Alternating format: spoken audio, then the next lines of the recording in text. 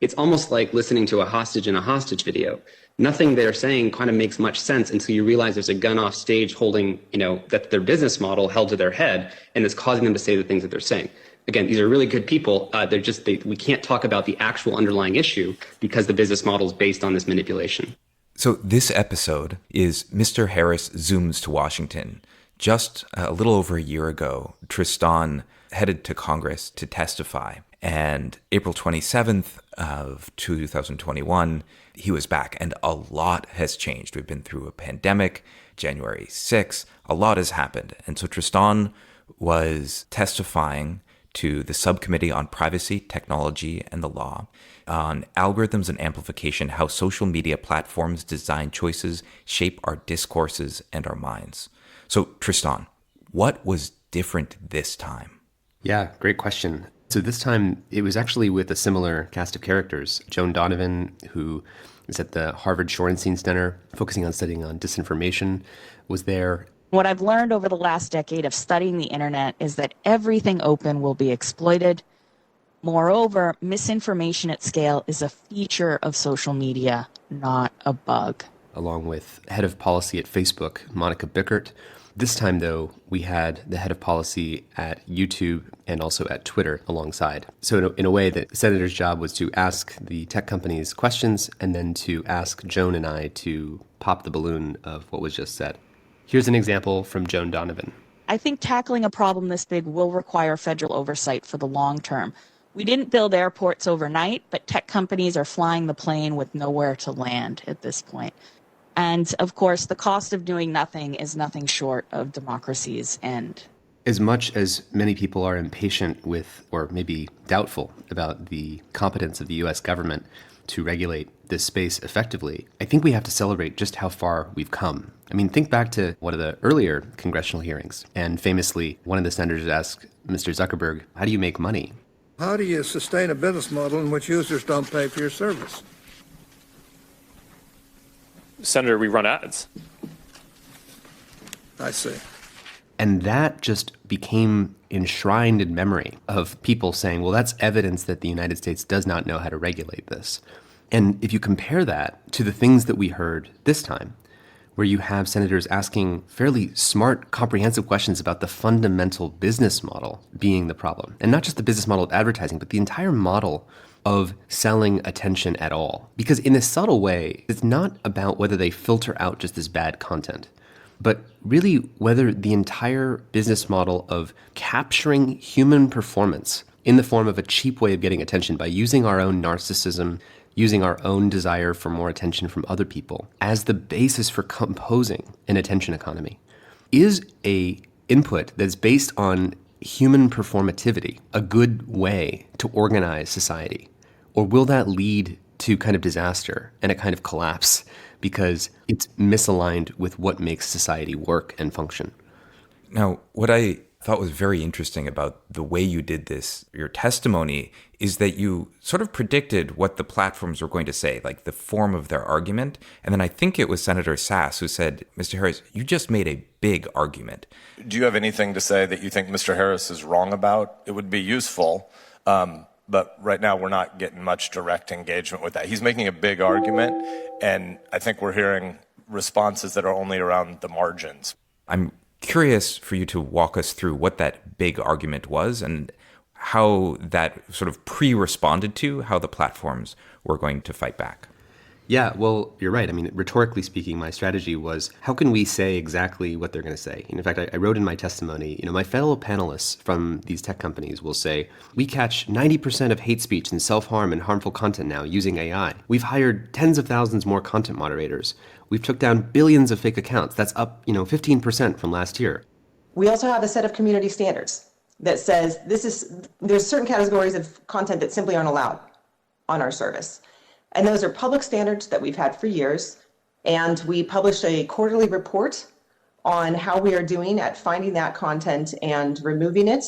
And as the report shows, we've gotten better and better, made significant strides over the past years. In January of 2019, we launched more than 30 changes to our recommendation systems to limit the spread of harmful misinformation and borderline content, which is content that comes close to but doesn't cross the line of violating our community guidelines. As a result, we saw a 70% drop in watch time of such content from non-subscribed recommendations in the US that year. This borderline content is a fraction of 1% of what's watched on YouTube in the US, but we know that is too much, and we are committed to reducing this number. Further in line with our commitment to choice and control, Twitter is funding Blue Sky, an independent team of open source architects, engineers, and designers to develop an open and decentralized standards for social media. It's our hope that Blue Sky will eventually allow Twitter and other companies to contribute to and access open recommendation algorithms that promote healthy conversation and ultimately provide individuals greater choice. Those are the three heads of the tech platform's policy teams. But you may notice that their arguments sound almost indistinguishable from each other. I mean, if you frame the argument as, okay, well, if we have this bad content on our platform, and now the platforms are telling us, well, we catch 99% of these bad apples. There's only 1% or even less than 1% left. Doesn't that feel good enough? I mean, it does feel pretty convincing in a way. But what I want listeners to notice is this is the power of framing. Is that the problem statement? Is the problem statement that we just have some bad apples, and if all those bad apples were gone, then all the tech that's feeding into the American psyche would be positive, healthy, and strengthening democracy? In YouTube's testimony, they mentioned that they recently added a new metric to the YouTube Community Guidelines Enforcement Report, known as the Violative View Rate, or VVR. This metric is an estimate of the proportion of video views that violate our community guidelines in a given quarter, including spam. Our data science teams have spent more than 2 years refining this metric, which we consider to be our North Star in measuring the effectiveness of our efforts to fight and reduce abuse on YouTube. Last quarter, this number was 0.16 to 0.18%, meaning that out of every 10,000 views on YouTube, only 16 to 18 come from violative content. This is down by over 70% compared to the same quarter of 2017, thanks in large part to our investments in machine learning. So I want you to notice just how persuasive that is, right? It sounds like a total drop in the ocean, this tiny little amount of acid in a huge ocean. It's not going to affect you.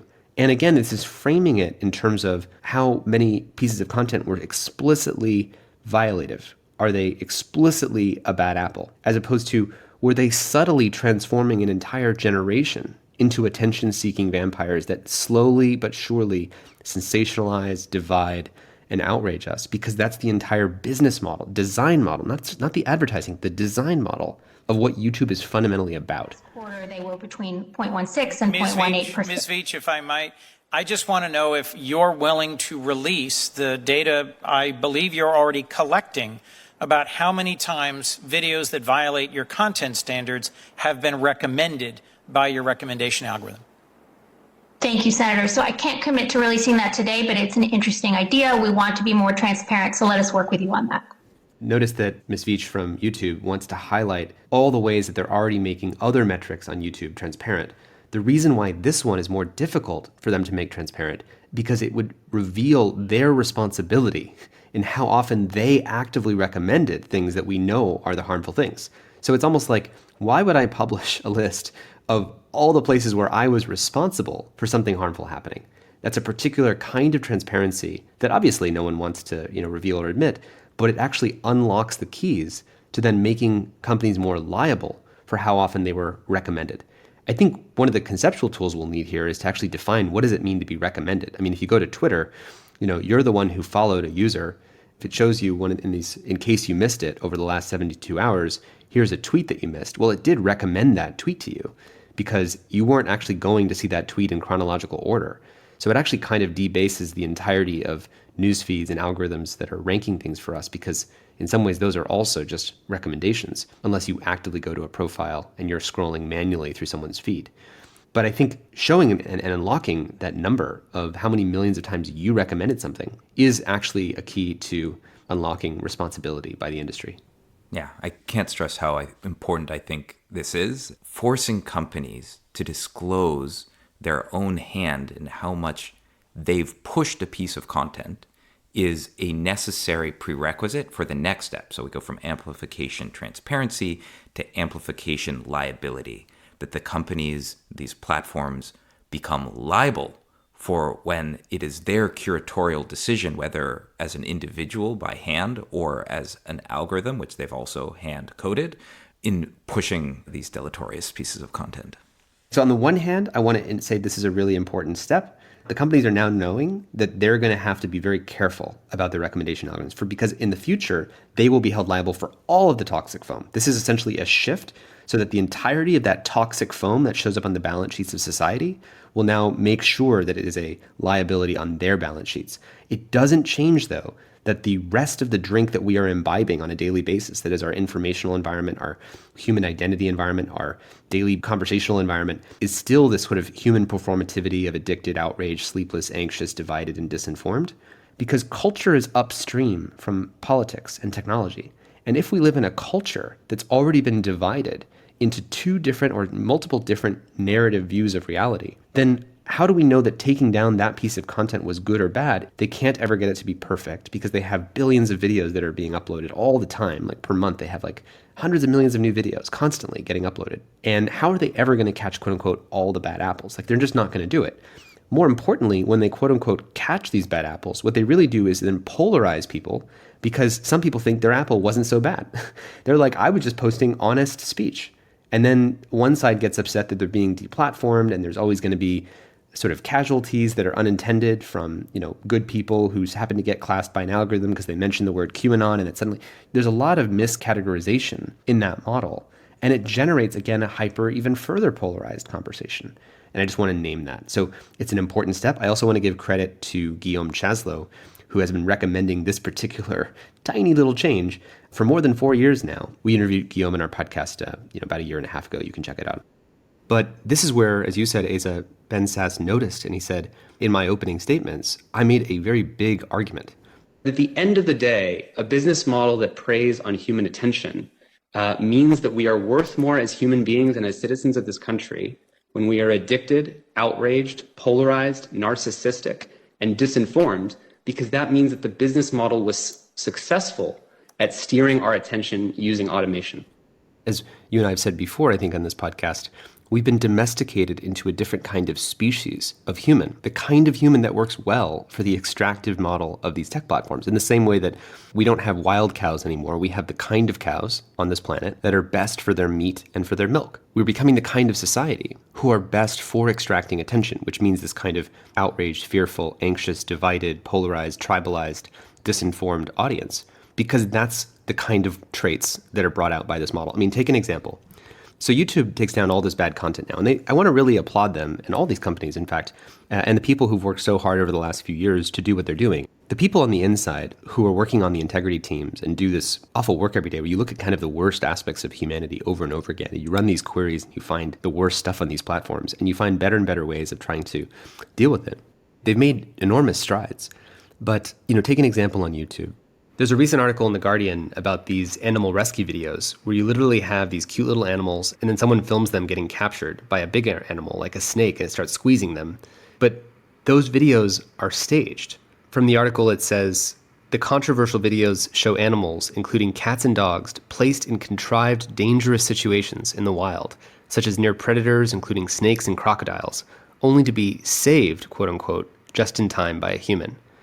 Now, that's not quote-unquote harmful content, but these videos get millions and millions of views, and the whole reason this is happening isn't because it was a bad apple, it's because the incentive was to create a social performance, to get attention. The big change here is that I think the senators really brought it back to, let's not get lost in any of the details of your content policies. The real issue is the entire design model of what you do, of how your system works. And by which we mean not the advertising, but the fundamental reframing of what it means to be a human. Your business model is turning humans into this new domesticated species that is incompatible with a civilization that can survive. I'm reminded of Shoshana Zuboff in the film The Social Dilemma makes this incredible point, which is it is not a radical idea that we would ban the sale of certain parts of ourselves, right? We do not find it radical that we ban the sale of human organs. We do not find it radical to ban the sale of human orphans. So we shouldn't find it radical to think that we would ban the sale of human behavior. Because that's really the business model of all of the attention companies, TikTok, Facebook, Google, is selling the slight, imperceptible change to human behavior that adds up over time. It's sort of this insidious effect. And, looking at some of the press coverage that came from the hearing, I think we've progressed, but still a lot was getting caught in the addiction frame still. Like the harm is that we are addicted to our phones. And you made a really interesting argument in your testimony, Tristan, sort of going back to the Cold War and saying, the United States in the Cold War invested heavily in the continuity of government. And we are not doing so now. So I wanted you to just sort of explain that part of your argument. Yeah, what I was really trying to say is that knowing that my audience for this hearing was the Senate, what does the Senate care about? Well, obviously the function of government, like the continuity of government, the decision-making of the government has to work. And in the Cold War, when we faced the adversary of the Soviet Union, we invested heavily in these underground bunkers and bases and emergency plans to ensure that the US government could continue to make decisions and maintain our capacity to respond to adversaries.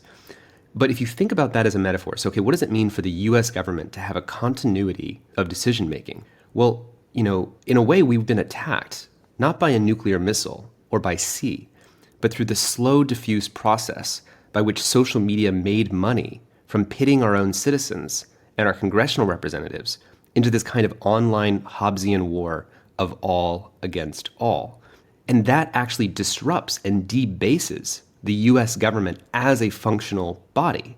Because if you literally, in a slow way, kind of infect the water supply of your democracy so that now the US government cannot make functional decisions because even the congressional representatives themselves have been drinking from this toxic kind of fire hose of division. And it's really kind of infected all of us. And as I said in the hearing, it's almost like having the heads of Exxon, BP, and Shell asking about what are you doing to responsibly stop climate change? Again, their business model is to create a society that is addicted, outraged, polarized, performative, and disinformed. That's just the fundamentals of how it works. And while they can try to skim the major harm off the top and do what they can, and we want to celebrate that, we really do, it's just fundamentally if they're trapped in something that they can't change. And that's the core of, I think, the accusation that I think Ben Sasse rightly put attention on. In my testimony, I also brought up the threat of the rise of China. This is important because fundamentally above all of these concerns is a question of, is the future going to be run by digital open societies or digital closed societies?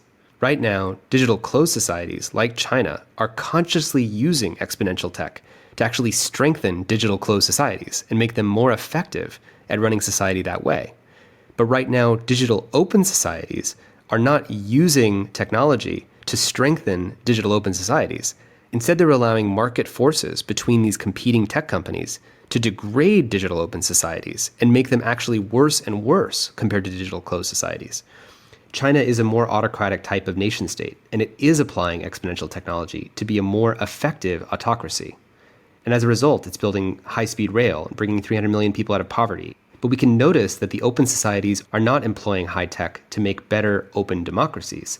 They're letting market forces ruin democracy through technology. Both President Trump and now President Biden are talking about the threat of China as a real issue for the United States. This is not fear-mongering, and this is not meant to entrench our current digital leviathans.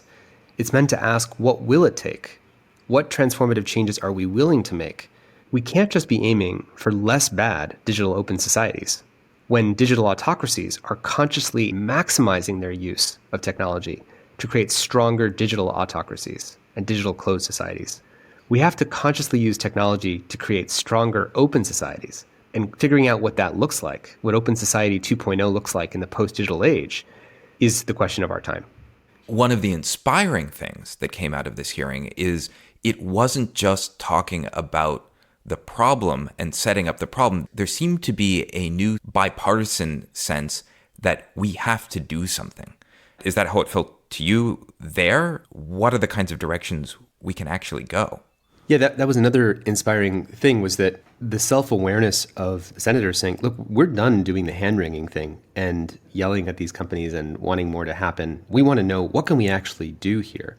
That inspiration isn't just happening in the US. I was just testifying for the EU Parliament 2 or 3 weeks ago, and I actually made a mistake of talking mostly about the problems and realized after I had spoken that everyone already agreed about the nature of the problems and it was time to move to solutions. Now, I think one unfortunate thing is there was a lot of focus on just Section 230 of the Communications Decency Act. And for listeners, that's the protection that gives them immunity from being responsible for what bad content appears on their platform. But again, that is kind of the wrong place to draw attention. Here's Senator Ben Sasse from Nebraska. I would like to just briefly address colleagues on both sides of the aisle, because both Republican and Democratic colleagues today have said a number of things that presumed more precision about the problem than we've actually identified here, and then sort of picked up the most ready tool, usually the 230 discussion. And I think I'm a lot more skeptical than maybe most on this committee to push to a regulatory solution at this stage. And I think in particular, some of the conversations about Section 230 have been well off point to the actual topic at hand today. And I think much of the zeal to regulate is driven by short-term partisan agendas. And I think it would be more useful for us to stick closer to the topic that the chairman identified from this hearing. Senator Kennedy focused his entire questioning on Section 230. A couple others did as well. And they were actually pinning us into these kind of black and white frames. Mr. Harris, I'd like a straight answer from you. I have a bill, others have a similar bill. A bill to say that would say that Section 230 immunity will no longer apply to a social media platform that optimizes for engagement. Would you, if you were a senator, would you vote for it? I'd have to see the way that the bill is written. Don't do that to me. Don't do that to me, Mr. Harris. Give me a straight answer. We all want to read the bills. Would you vote for it or not? So first of all, we want a world where we actually want to solve the problem. And that's one thing to celebrate, that we're at a point where people are like, I'm tired of going in circles. I'm tired of talking about Section 230. What's it going to take to solve this problem? Now, we have to get down to what do we mean by optimizing for engagement? Because if you say we're measuring engagement, like we measure the number of clicks, the number of sessions, the number of active users, time spent, those are all engagement metrics. Those are the wrong metrics.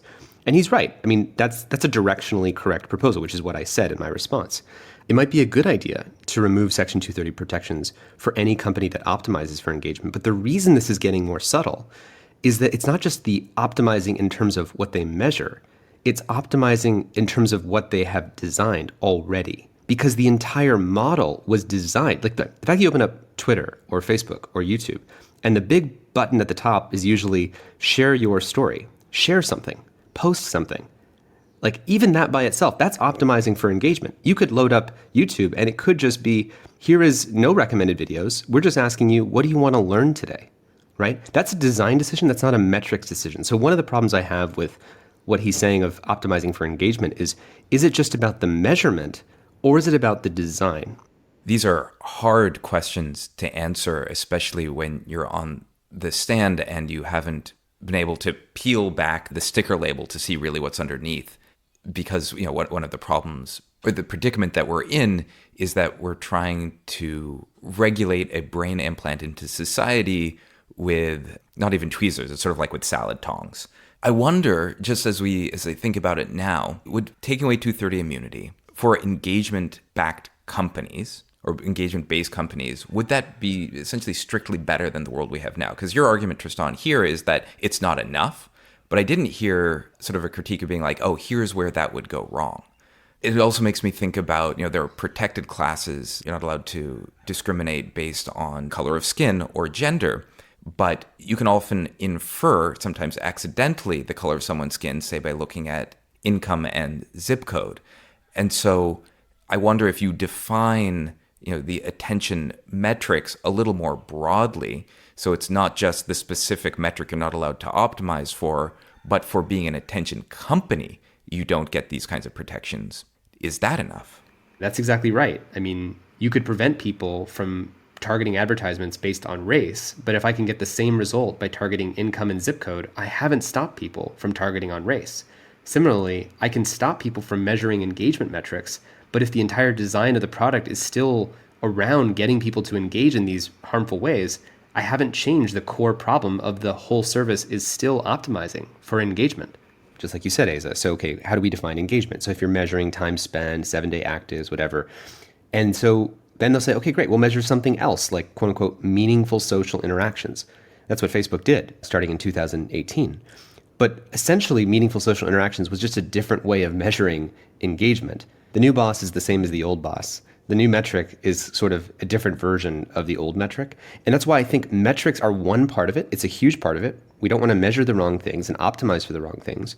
But the core of it was that we designed for the wrong thing from the beginning. Without any metrics at all, without any numbers at all, without any algorithms at all, Twitter is still based on human performativity, meaning your worth to Twitter is the worth that you have in how much you perform on a stage for other people to get their attention. And it's deeper than just the metrics. It's also the design.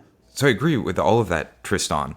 But I didn't actually hear him say the word metrics. He said, if you're an attention company, if you're an attention vampire company, an engagement-based company, then you no longer have immunity, you have liability that scales to the harms of the problem.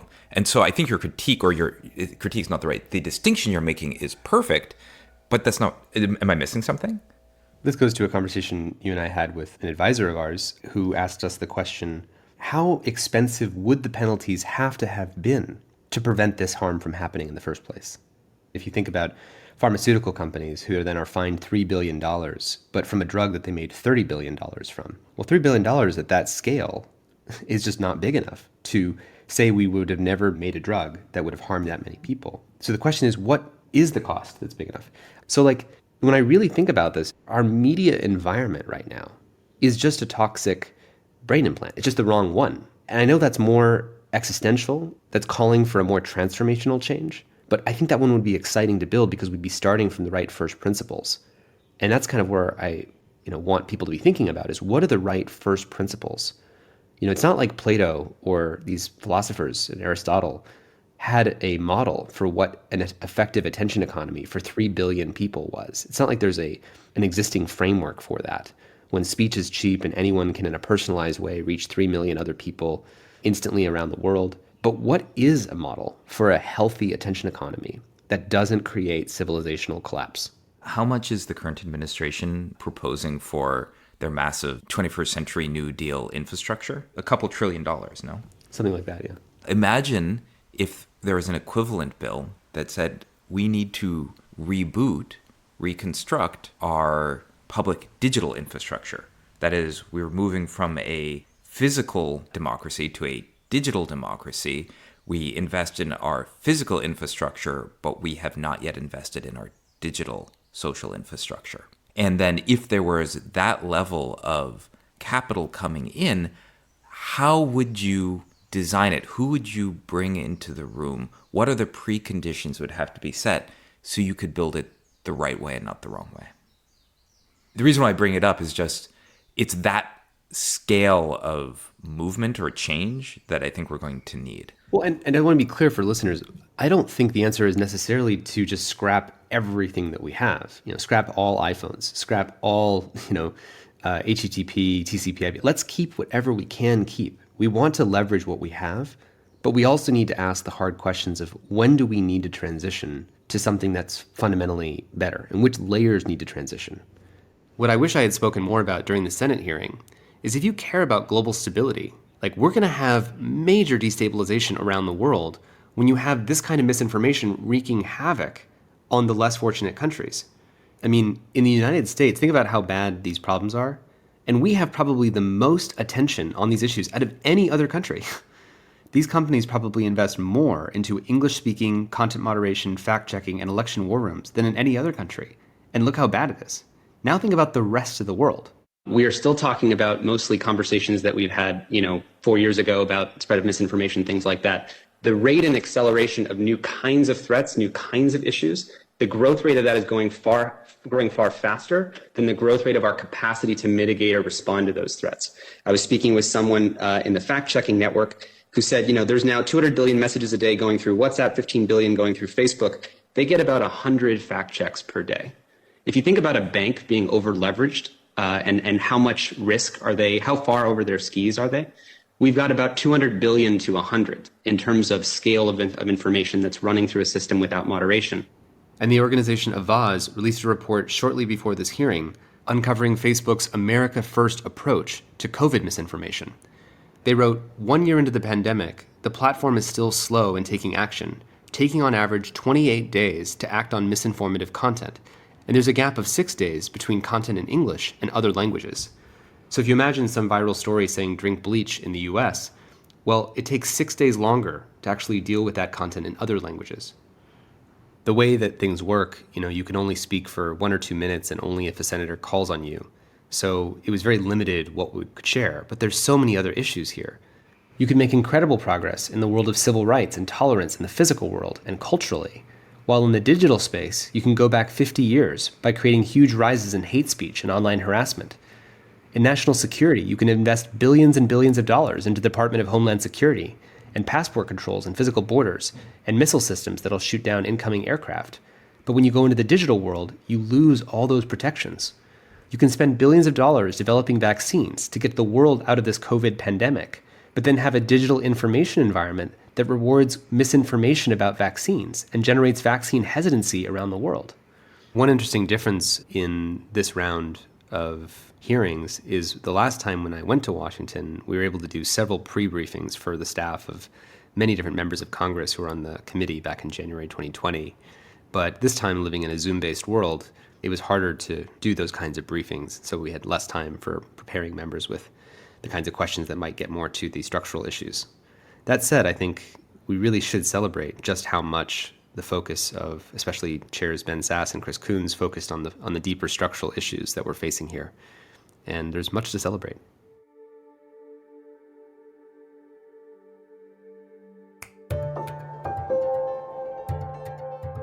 Your Undivided Attention is produced by the Center for Humane Technology. Our executive producer is Dan Kedmi, and our associate producer is Natalie Jones. Noor Al-Samurai helped with the fact-checking. Original music and sound design by Ryan and Hayes Holiday. And a special thanks to the whole Center for Humane Technology team for making this podcast possible. A very special thanks goes to our generous lead supporters at the Center for Humane Technology, including the Omidyar Network, Craig Newmark Philanthropies, Volve Foundation, and the Patrick J. McGovern Foundation, among many others.